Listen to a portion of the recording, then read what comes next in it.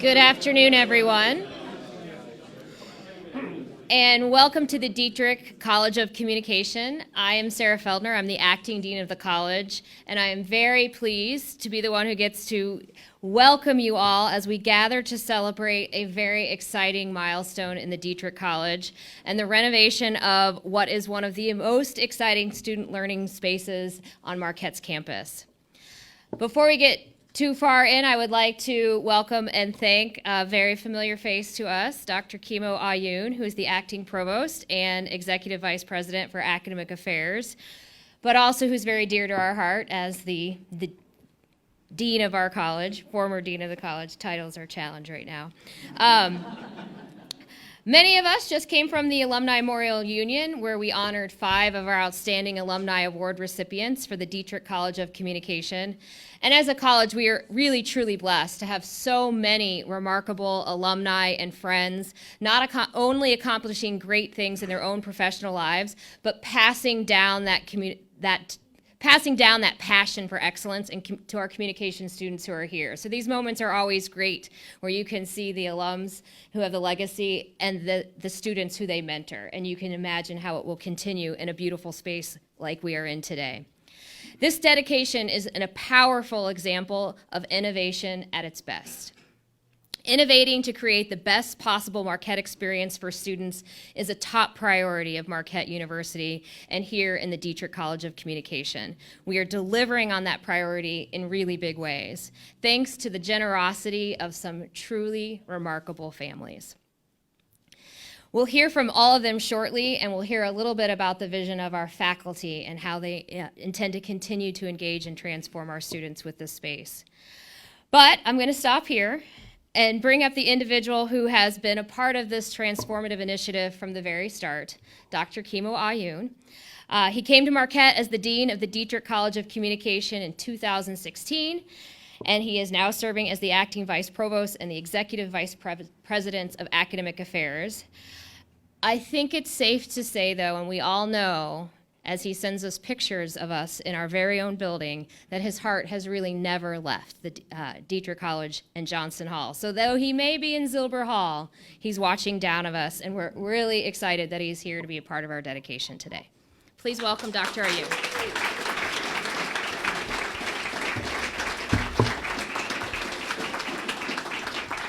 So I want to thank everybody for being here. We started on a journey about 3 years ago. And the journey was, how do we create a space unlike any other space that this college has seen and a space that this university has never seen? And even before I arrived to Marquette, I accepted the position and I had a chance to come out. And that was the opportunity that I had to meet with Jeff and Peg Greiveldinger.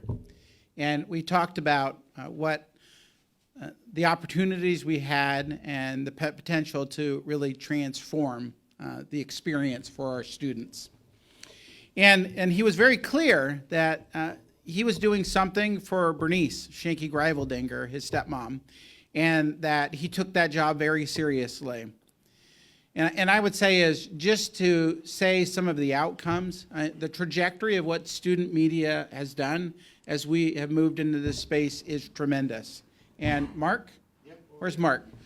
What are the counts of the number of awards Student as Media has won over the last 3 years? 37 the first year, 74 the second, 76 the second year, and 84 this year.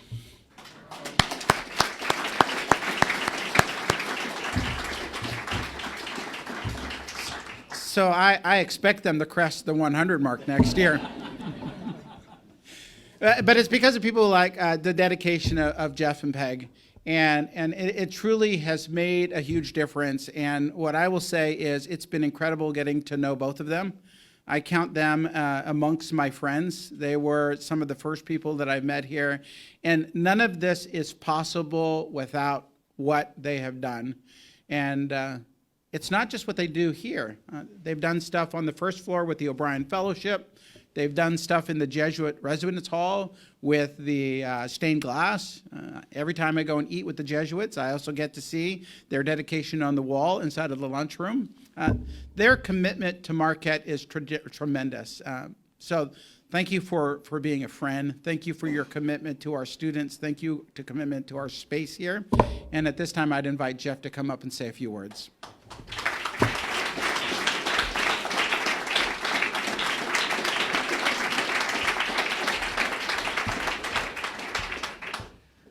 Chemo knows me, and he knows that the term few words will have to be a little flexible. Well, this is the culmination of the Trust's involvement with Marquette. We really are winding it down.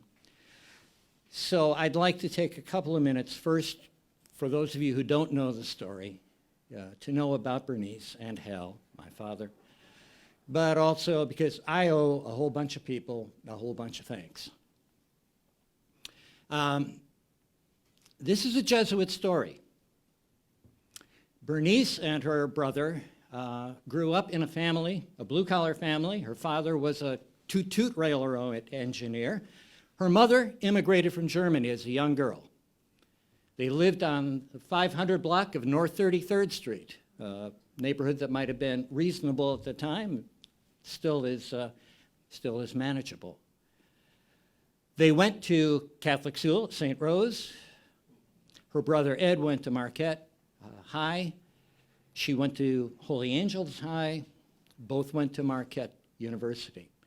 Ed graduated in 1932 with a journalism degree. He started working for the AP in Milwaukee, got himself a master's, and by 1937, the AP sent him, because he could speak a little German, sent him to Berlin, and he remained in the Berlin office of the AP until we declared war on Germany, and he was interned and finally came back to the States.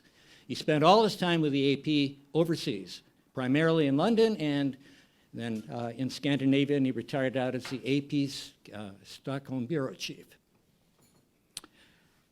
By the way, he was a byline winner in 1968 or 67, I'm not sure which. He came back in his retirement. Bernice worked in advertising, the Milwaukee Journal, which at the time was privately owned and was an incredibly profitable operation. She bought stock as fast as she could buy it. She lived with her parents in that upper flat until she married my father at the age of 61. And when she divested herself of journal stock, she invested it wisely. Bernice had decided, and my father decided, they were going to keep their estates separate. And she made out a will that basically said, except for a few minor bequests, everything goes to Marquette University. A few years later, my father said, gee, instead of giving everything right to Marquette and having it all named for your parents, Albert and Louise, how about a trust where there's some flexibility and you can name it for yourself? Bernice Shanke Greiveldinger. Okay, now, my father's side of the family are Luxembourgers. And I don't know what you know about Luxembourgers, but we are known to be, shall I say, frugal. What better could my dad have done than to get his name on these philanthropic activities without investing a single dime? Okay. So that's how we got to be the Bernice Shanke Greiveldinger Trust. He and I were the trustees and to be the survivor. My dad died 20 years ago. Bernice died in 2008, and that's when the trust really came into being. We began with some other donations, but in beginning of 2013, I initiated my contact with Marquette, and I'll talk about that in a minute. That's a little bit of the history. I said I'm really here to give thanks, and I am. And I'll start. This is a Jesuit example, so you got to thank the society. I've always believed that the Society of Jesus has done, at least in the United States, a remarkable job of giving faith and a good educational foundation to blue-collar people, often to immigrants. Bernice and her brother are an example of that. There are examples of it sitting here. There will be examples of it who are walking the streets outside of this building right now. This is a Jesuit event. I want to thank the Hayes family and the Seaver family, because what their individual contributions have done is really make this place, in one case, into a working, phenomenal high-tech operation. And as a history buff, I just love not the history wall, but the history ceiling. Both of them have given so much richness and life to this space. I want to thank the deans. Kimo's absolutely right. This process, this particular part of the process, began with him. But it really was initiated with Laurie Bergen, his predecessor. We began the conversations, and those conversations were extremely useful. Then Kimo, in between Anna for a year, and now Sarah. I want to thank them because they were always grateful. They were always gracious. But they actually made me feel as though the trust could be part of the process. That's a remarkable ability on their parts to keep the donors not merely engaged, but enthused. I want to thank University Advancement. Jay Rabideau first, then Paul Marcavina, and Paul, by the way, had the good grace not to be a full generation younger than me, so I'm grateful for that. And my closest confidant, University Advancement, and my third cousin, Charles Reese. They also have always made me feel as though the trust was part of this whole process. I want to single out just a couple of other individuals. First, somewhere, my friend John Van Koningsveld is here. And if you've seen the plaque, you've seen John's ability to work in bronze. If you haven't been to the Jesuit Residence Chapel, you have to see what he has done in stained glass. A remarkable, talented artist who I will always remember. I want to thank Kathy Kuki-Tom. There she is. My nominee for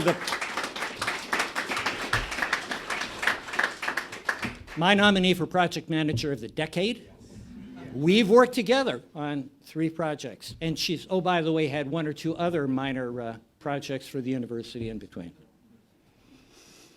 And I want to thank Mark Zaromsky in particular, because, well, we've done a lot together, personally together. We've gone to Chicago together, spent a lot of time talking about how to make this the kind of place that it wound up being.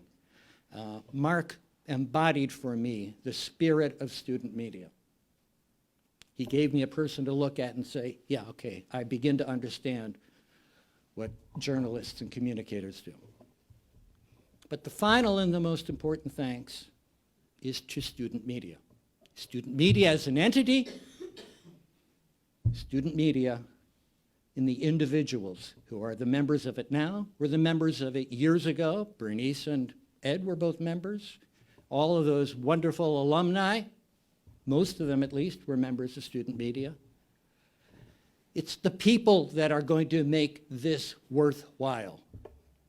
Even with the beautiful wall, even with the fabulous camera, if the people aren't producing the quality kind of journalism, information sharing that they do, and they clearly have been doing to impress the rest of the country and doing so increasingly, without that, this would be meaningless.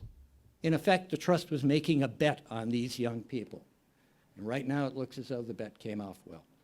Thank you to everybody.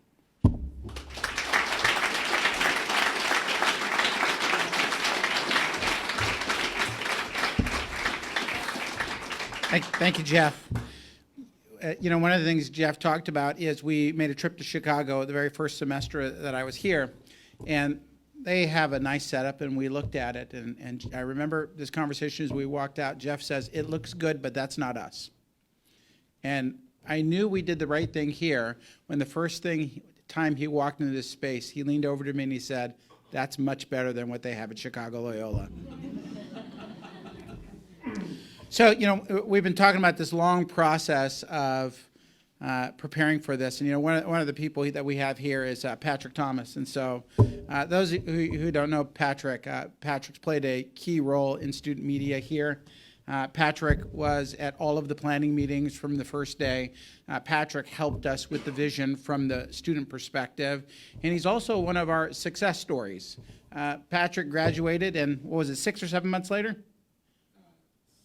7 months later, he was hired on to be a reporter for the Wall Street Journal in New York. That's the quality that we produce here at Marquette.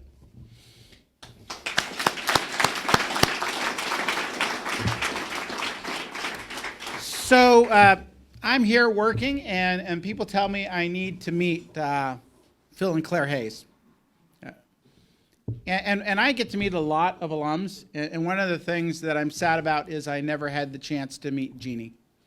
But I am happy that every time our students walk in now, on the wall there, they're going to see a picture of Jeannie. From what I've heard, the stories and the video that I'm able to watch, Jeannie was an incredible person. And that meeting them gave us the capacity to take this just a step further. Phil and Claire had already put a scholarship in her name, and for many people, that's enough. But when I got here, here's one of the things I figured out about Mark Zaromsky. While Mark was good with planning, and Mark was good with ideas, Mark was not good with budgeting. So Mark says, "I got more, I need more money." And so we began looking at it. And his whole idea was, we're going to have this incredible space, but how do we put something in this space that's going to allow our students to get an experience that no one else is able to have? And so we hopped into Paul's car in the middle of winter, and we drove to meet with Phil and Claire, and we sat down with them, and we thanked them for their gift. And we talked about this space and about the opportunity to have a virtual set. To have a virtual set that no other College of Communication in the country has. To have a set that was going to give our students an experience that no other students were getting. And to have a set that would really distinguish this great space that was brought about by the gift from Bernice. And they agreed to it.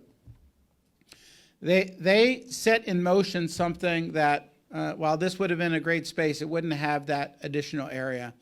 And we are so grateful. And when I think about being at a Catholic Jesuit institution, and I think about something they told me that Jeannie said, and I wish all of us would always live by this mantra, and all of us would have others, but it was always be kind to others. And when we think about that spirit, that's exactly how we want to train our students in student media and in the college in general. And so I know Phil is going to come up here and share a few words. So thank you, Phil and Claire.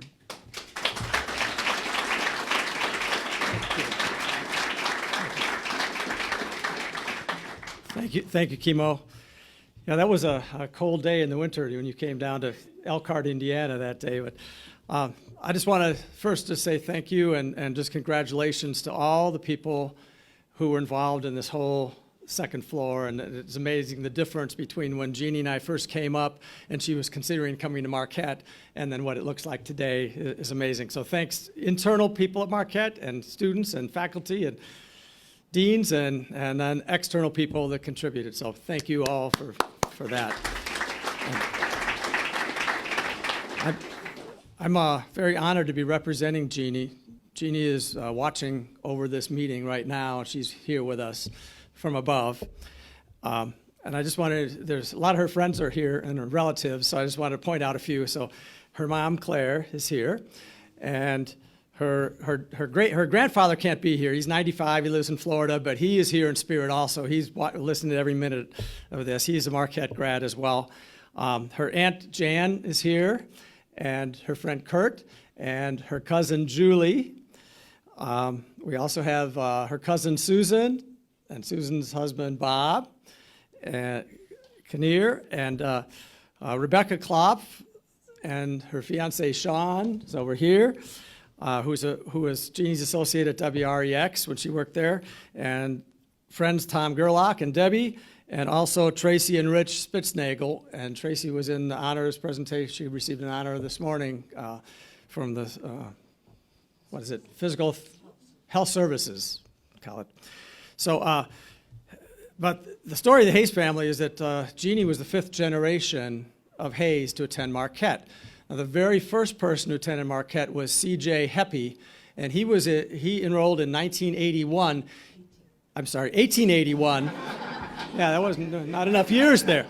So he enrolled 1881. He was the first person to enroll that year, and it was the very first year of Marquette's founding. So that's the first generation of Hayes, and Jeannie Hayes was the 5th, with everyone in between. But that's not why Jeannie enrolled at Marquette. When we got here, she was passionate about television, and she found out she could work right in MUTV from the get-go for her first foot in the door. And her goal was to make the world a better place through television. She was passionate about television.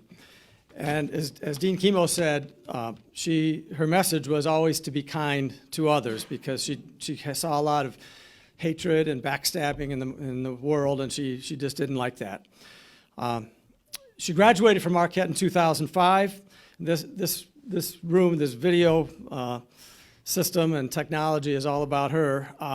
She went to WREX, the NBC affiliate in Rockford, had a successful career for 7 years. She didn't like the hard news stories. She liked the softer stories, which were community interest and building up the community and helping community groups that were disadvantaged and getting them some time on air that they could help their group do better. Right, Rebecca? Yeah. So then at age 29, the Lord suddenly took Jeannie to be with him. And she's been watching out over us ever since. Jeannie wasn't feeling well, and she went to the hospital and went into a coma, and after that she was diagnosed with leukemia, and 3 days later she died. Very difficult for our family, but God has just poured out his graces and his mercy and his love to us. And we know that Jeannie would want to give back to the community here at Marquette. How else does Marquette play into this is the values. When I looked up Marquette on the website, the mission talks about kindness and talks about building up community, and those were 2 of Jeannie's things. So they really made sense. And this new technology we felt would help attract the top students to Marquette and help teach them those same values, and also help land them the better jobs in the nation that they could carry Marquette's influence on. And then lastly, and most importantly, this virtual studio should help all of us remember to be kind to others, because it's something we can all carry on out there. And it's up to all of us to do that. And may God bless all of you. Thanks.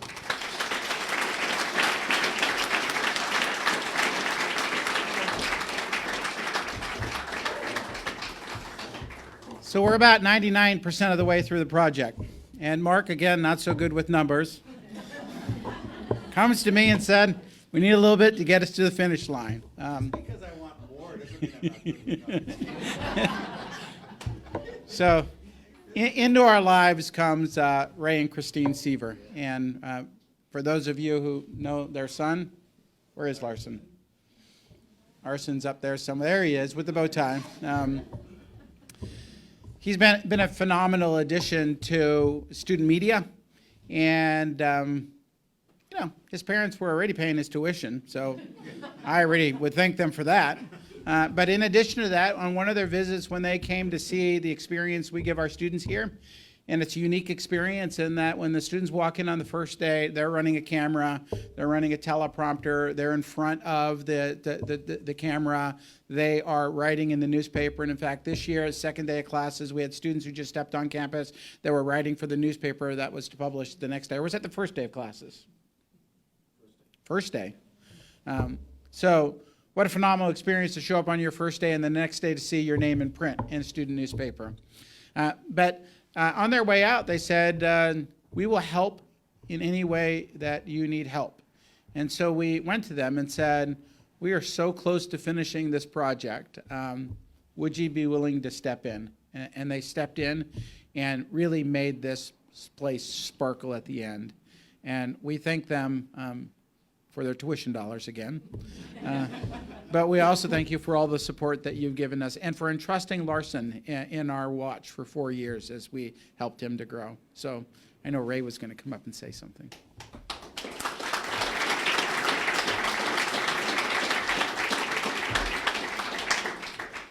Well, I first just want to say how humbled and honored we are to even be part of this, and to thank the two families here that have been involved in putting this space of excellence together. I mean, that's the best way I can describe it. When I walked in here today, that was the first thing that came into my mind, is that this is excellent. And this is going to, it's for the kids. I remember with Christine and I coming here the first time in the studio back there, and how Larson was so intrigued by the camera. Our son has had a camera in his hand since we can remember. And his passion has always been to tell a story, whether that's through the camera, whether that's through a written script, whether that's through interviewing his grandmother and getting her information down for posterity. And he's involved the entire family in what he's in this passion of his. And we're just so proud of him, and so proud of what's the space that has come together with the vision you had in doing this.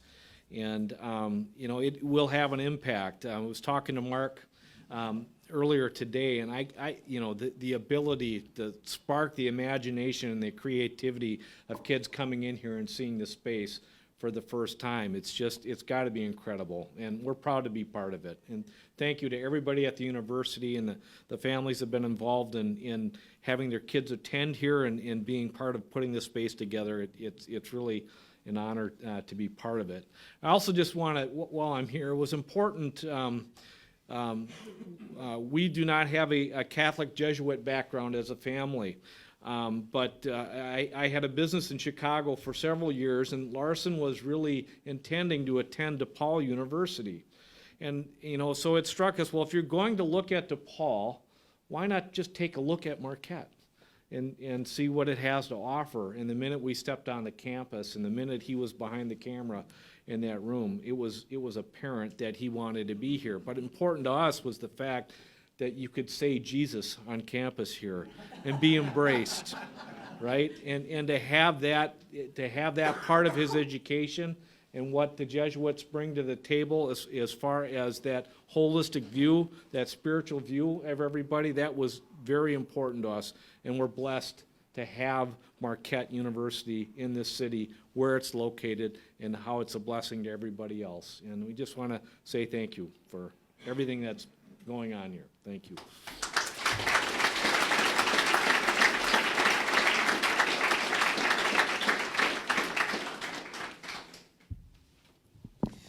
Well, thank you, Chemo, and thank you to all of the families. I think we get a real sense for the spirit of this place and how it came to be. And I love the space of excellence. I think we might put that on the tour. But he's been picked on a little bit by Chemo, and he's been here. But if you don't know Mark Zaromsky, you should meet him. He's an award-winning teacher. And as we all know at a university, there's all kinds of teaching that takes place. And a big part of that teaching is about this space and helping students to make it come alive. So it is my privilege to welcome Mark to the stage to tell you a little bit about the faculty perspective on what this gift means to us.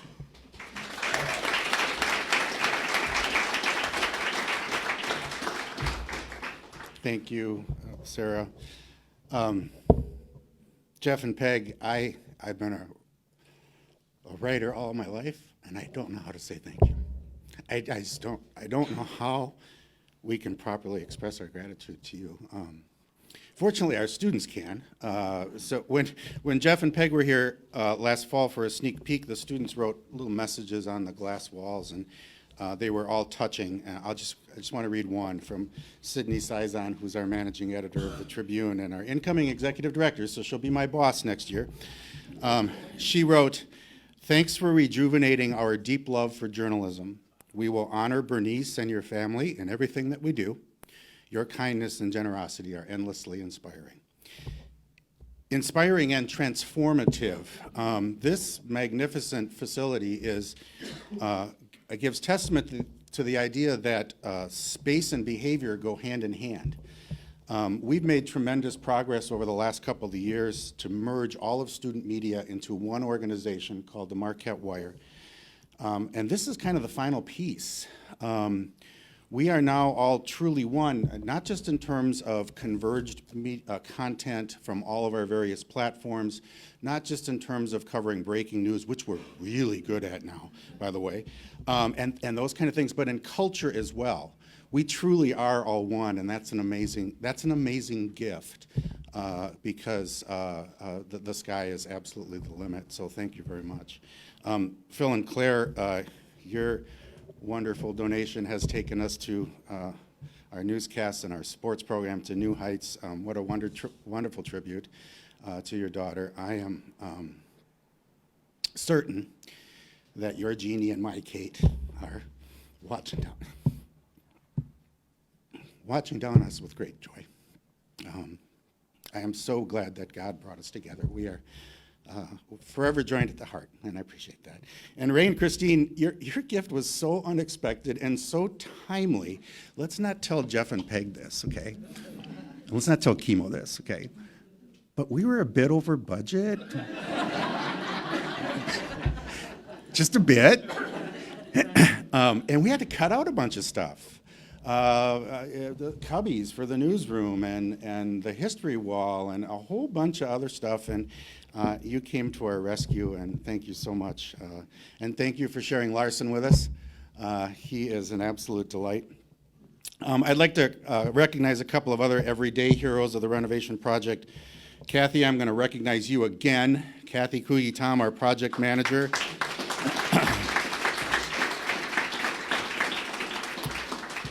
I got to tell you, working with you the last 3 years, just an absolute joy. You are remarkable. Early in the process, Kathy led us down the road as we interviewed four or five architectural firms, I don't remember.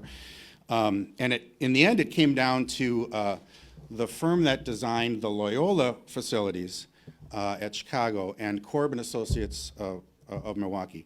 And I vividly remember the day when we were sitting in Chemo's office after our last presentation from the architects, trying to decide, and we're going around the room, and we're kind of going, well, we really like the Loyola facility, and Jeff, I thought you were a man of few words. I didn't know that, because every time Jeff sat in on some of the committees and on the renovation process, and anytime anybody asked, he said, "No, I'm just here as an interested observer. You know what you're doing."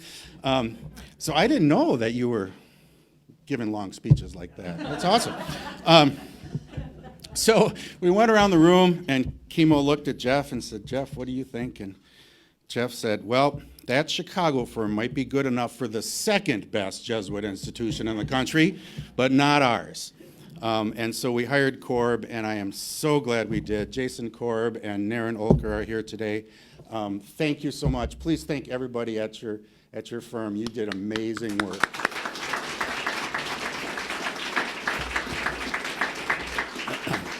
And finally, Patrick Thomas. I didn't know Chemo was going to steal my thunder on this, but Patrick was our student executive director of the Wire for for 2 years. So he was my boss for 2 years.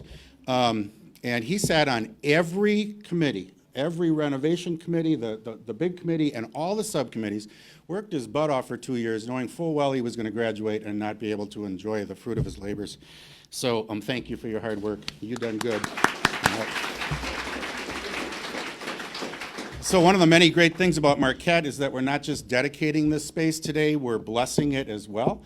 It is my pleasure to welcome Father Michael Maher to lead us in a blessing. Marquette is a special place for Father Maher. His parents met here.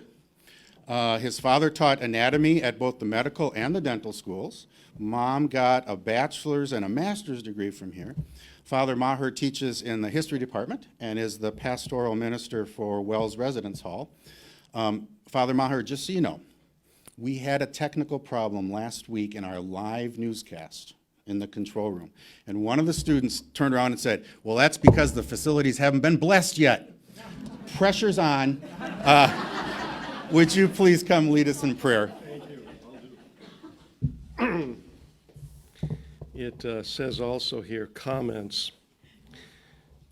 First of all, Grant Geringer, Father Grant Geringer should be doing this. Father Geringer is going through some health difficulties, so please keep him in your prayers, and if you want to drop him a little note, I'm certainly, you can do it through the Jesuit residence. This is, of course, a building with some history. There are lots of ghosts in this building. And I can tell you, about years ago, when I was a small child, I used to serve Mass here when the Jesuit residence was here, and the chapel was downstairs, and you'd go to the right, and then there was a hall of parlors, and I'd sit there and wait, and those were the days when Wisconsin Avenue was peppered with Jesuits, and they all struck me as very old. And they all kind of smelled like old Jesuit. It was sort of an unfortunate marriage between right guard and aftershave lotion. But those were great men. And then my father and my mother went here. I always tell the students, be careful who you sit next to. Then took some classes here, but I entered the Jesuits. And then came back here and taught for a little bit in theology, and then in '91 they asked me to come back here while I was working on my doctorate at the University of Minnesota, and I worked with Father Rayner in development, and I'm sure some of you remember Father John Rayner. He was a high school classmate of my father. And John Rayner said something to me that was very important in terms of development. He says, if you believe in something, it will work. And he also said, values first, resources second. He always was keen on the identification of the value, and when you identify the value, the resources will come. Never chase money, chase values. And I remember John saying that. He also told me something very helpful. When you go to a fundraising, you can eat before, you can eat after, but you can't eat during, you can only have 7-Up. Afterwards, we'd all have our scotch, but not during. So, sometimes we often question about Jesuit identity, but I'd like to call your attention to something as a Jesuit historian here, that what we're doing here is something that is very Jesuit and very traditionally Jesuit. As we are making and we are forging the combination between generous benefactors, skilled faculty and staff who bring their talents and skills to the table, and students who bring their energy and interest. And all this is guided by virtue. I was very fortunate as a young Jesuit to have someone in my communication class by the name of Father Walter Ong. And if you don't know who Father Ong, I'll do the thumb thing and look him up. He was very famous. And he said that if you want to communicate something, it has to have a method and content. And in that, we represent the work of God and God in Christ, and that God's incarnate word, the message of God's love, is known in Christ, that we have message and content. And that's what communication is about, is that it's message and content. And how fortunate we are at a Jesuit school to have a school that expresses the importance of communication. Someday I'll give a talk, I'm a Jesuit historian, on the importance that Jesuit education placed on communication. And I'll tell you a little story. Back in the day before, someone once asked me, did St. Ignatius play basketball? And I said, no. But I said, before the days that if you wanted to know what was a famous Jesuit school and who were the favorite Jesuits, it wasn't the basketball team. They would send students out to speak in the piazzas. And that oration on the fundamental virtues would draw them in. and their theater programs were the vehicles both for entertainment and the dissemination of values. So perhaps this is one of the most Jesuit-y projects we can do at this university, is to help students promote the skills of communication directed by values. And that value, as St. Ignatius always finds its home in God. We are made by God for God. So it's a great privilege. Now, I hate to tell you this. We're not blessing this building. We're re-blessing it, because this building has been dedicated by so many men and their colleagues who've helped Marquette University.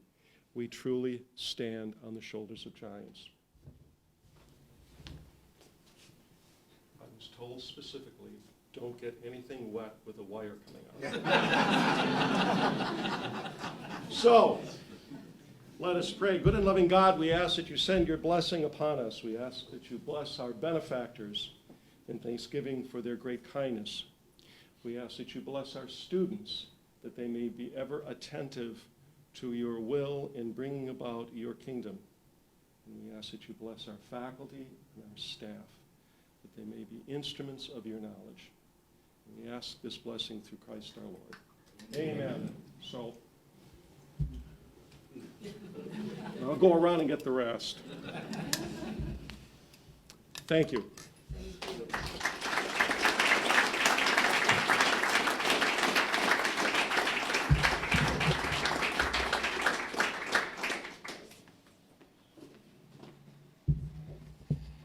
Thank you, Father. And again, Mark had it best. Words cannot express, and they fail us to express the heartfelt gratitude. So on behalf of the students, the faculty, the staff, and all the alumni who've come before us, we'd like to once again thank the Greiveldinger, Hayes, and Sievers families for their incredible gift that has made this day possible. And the year is winding down for us here at Marquette, but it feels like we're at the beginning of really great things moving forward in this space. And so I'm very excited for what's next in this incredible story. I'd like to invite you all to stick around if you haven't had a tour of the space. Take a tour of the space, take a picture of yourself in the green room to keep it and remember this day. But I also hope you take a minute and talk to the people who are here, and talk to the students and what they're doing, and the alums and how they experience this place, and so we can get a sense of the energy and enjoy what is to come next for Marquette, Dietrich College of Communication, and Student Media. Thanks, and have a great day.